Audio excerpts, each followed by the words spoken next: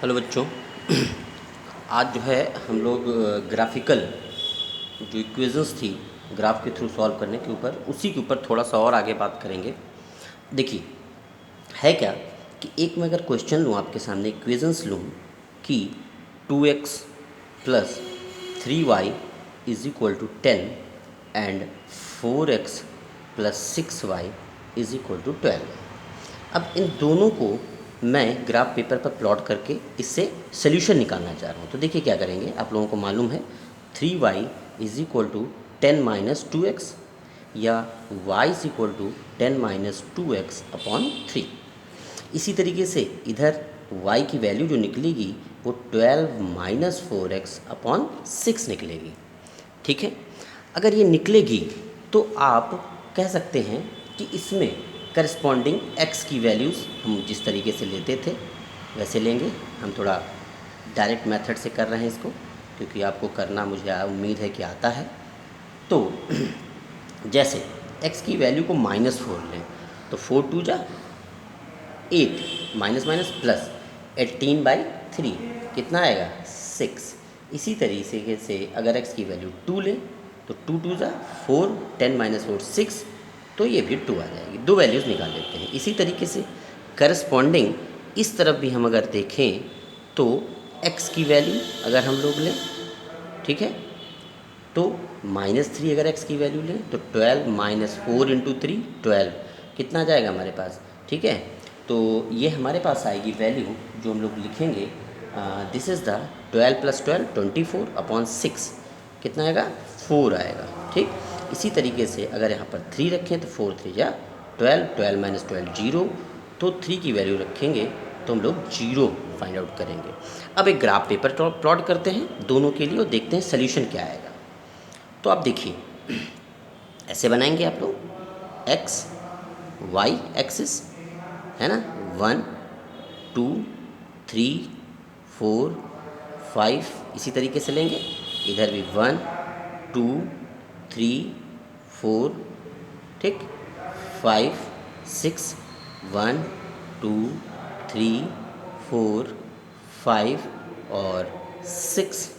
इसी तरीके से नीचे भी ले सकते हैं हम लोग वैल्यूज़ 1 माइनस में 2 -3 -4 -5 दैट्स एन ऑल।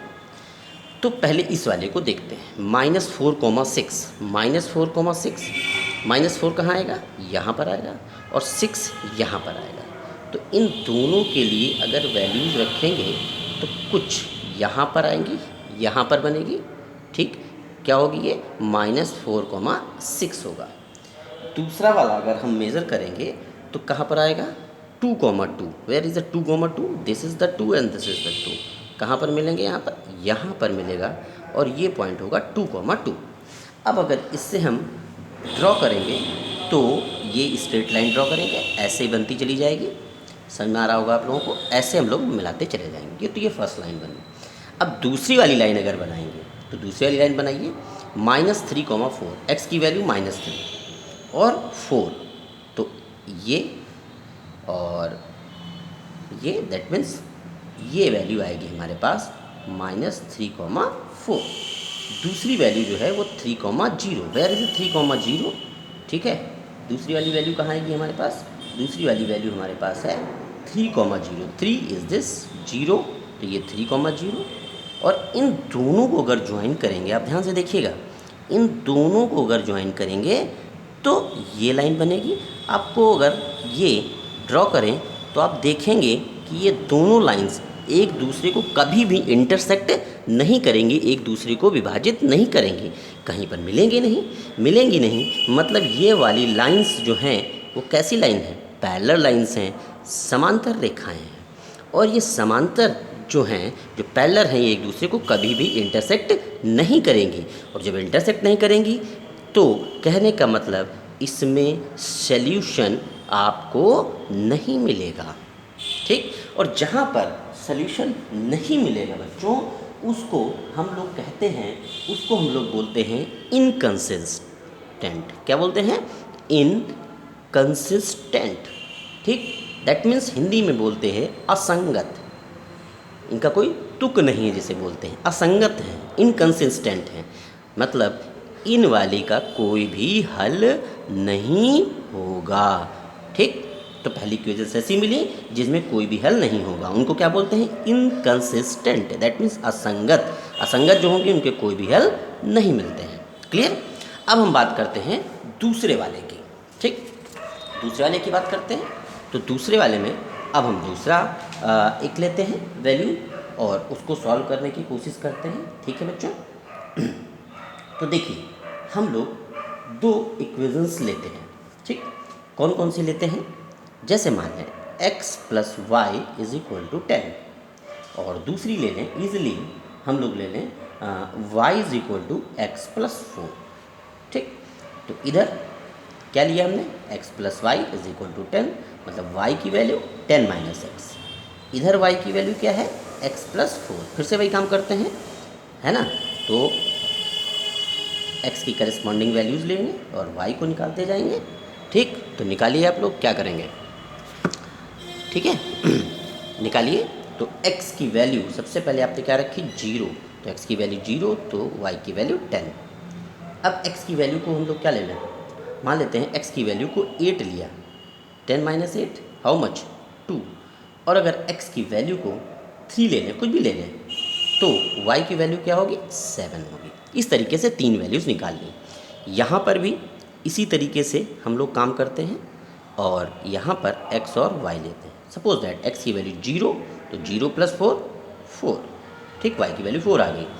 1 लेंगे तो 1 प्लस 4 इज़ अ 5। ठीक, और अगर 3 ले लें तो 3 प्लस 4 कितना हो जाएगा? 7 हो जाएगा। तो यहाँ पर भी ग्राफ पे प्लॉट करें। ठीक है, तो ये x एक्सिस, ये y एक्सिस।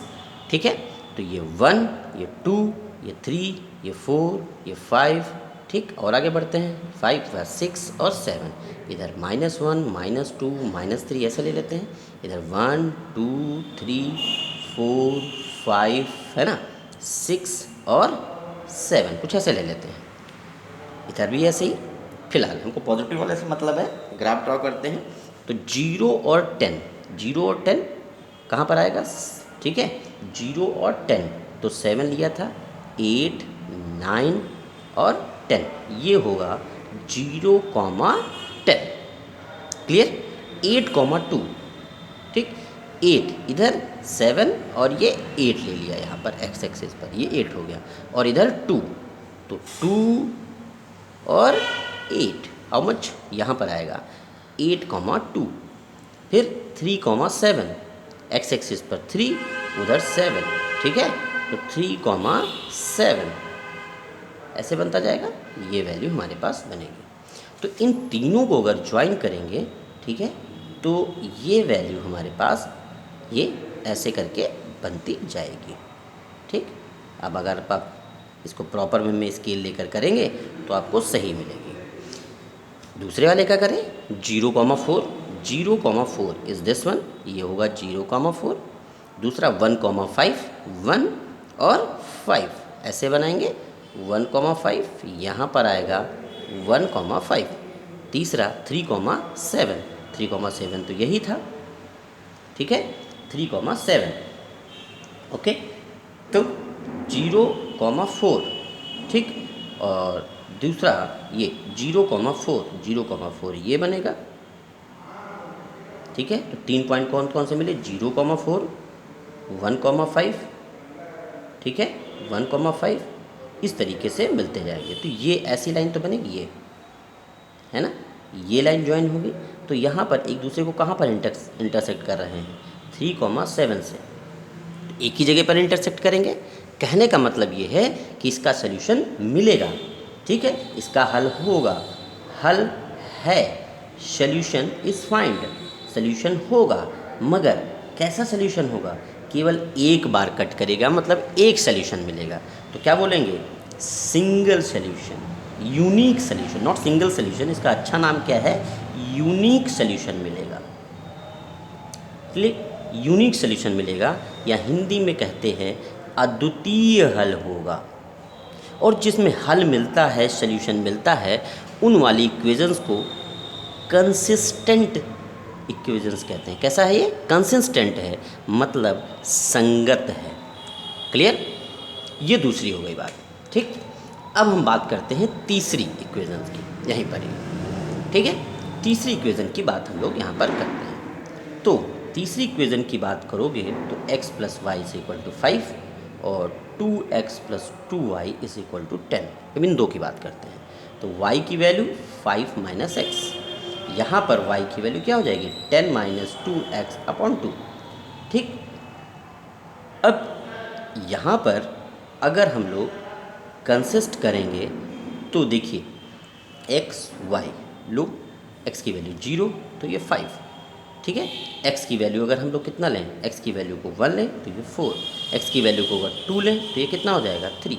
इसी तरीके से यहाँ पर भी अगर हम लोग वैल्यूज़ लेते जाएं, अगर x और y, x की वैल्यू को 0 लें तो 5, x की वैल्यू को 1 लें तो कितना आएगा 4, और x की वैल्यू को 2 लें तो 3। देख रहे होंगे आपके दोनों के सोल्यूशन एक जैसे आ रहे हैं। तो अगर दोनों के सोल्यूशन एक ही जैसे आ रहे हैं 1 2 3 4 5, है ना, इधर भी 1 2 3 4 5 ऐसे बना लें। तो देखिए 0,5, तो 0,5 0,5 एक्स एक्सिस ये, वाई एक्सिस पर आएगा 0,5, फिर 1,4 1 4। ठीक, ऐसे बनेगा 1,4, फिर 2,3 2,3 दिस वन। और ये 3 पॉइंट हमको यहाँ से भी मिलेंगे और यहाँ से मिलेंगे। मतलब पहले वाले से लाइन ड्रॉ करेंगे तब भी आपको यही लाइन मिलेगी, और दूसरी वाली इक्वेशन से ड्रॉ करेंगे तब भी यही लाइन आपको मिलेगी। तो मतलब कहने का ये है कि ये लाइन इस वाली लाइन के ऊपर है, ओवरलैप कर रही है। ठीक है, क्या कर रही है, ओवरलैप कर रही है। ओवरलैप कर रही है तो कितनी जगह एक दूसरे को मिलेगी, बहुत जगह मिलेगी। बहुत जगह मिलेगी मतलब इसके कितने हल होंगे, अनंत हल होंगे। कैसे हल होंगे, अनंत हल होंगे, इनफाइनाइट सॉल्यूशंस होंगे। कितने सॉल्यूशंस होंगे, इनफाइनाइट सॉल्यूशंस होंगे। ठीक, और ये कैसा होगा, संगत होगा। कैसा होगा, कंसिस्टेंट होंगे। ठीक, तो ये 3 बातें हमको पता चली। पहली बात क्या पता चली हमको, कि पहली बात ये पता चली कि लाइन एक दूसरे के पैरेलल हो सकती हैं, मतलब एक दूसरे के समांतर हो सकती हैं, और अगर वो समांतर हैं मतलब वो असंगत हैं, इनकंसिस्टेंट हैं, वो कभी भी एक दूसरे को मिलेंगी नहीं, और नहीं मिलेंगी मतलब उसमें कोई भी सॉल्यूशन नहीं मिलेगा, कोई भी हल नहीं मिलेगा। दूसरी वाली बात पता चली कि जो लाइंस हैं वो एक दूसरे को एक पॉइंट पर कट कर सकती हैं, एक पॉइंट पर इंटरसेक्ट कर सकती हैं, एक पॉइंट पर काट सकती हैं, और जहाँ पर काटती है वहीं पर उसका सल्यूशन हल मिलता है। तो एक ही जगह काटेंगे तो कैसा हल मिलेगा, केवल यूनिक सल्यूशन मिलेगा, एक हल मिलेगा, अद्वितीय हल मिलेगा। हल मिलेगा इसलिए इसको क्या बोलेंगे, कंसिस्टेंट बोलेंगे, मतलब संगत बोलेंगे।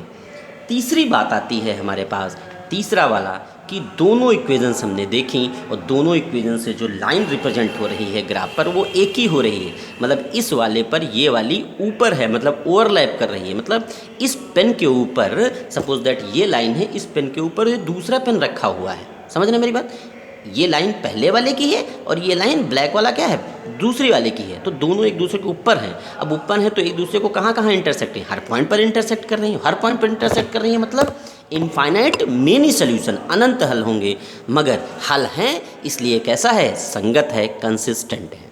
ठीक, तो हमने 3 बातें आपको बताई। अब जल्दी जल्दी इसको समझ लेते हैं।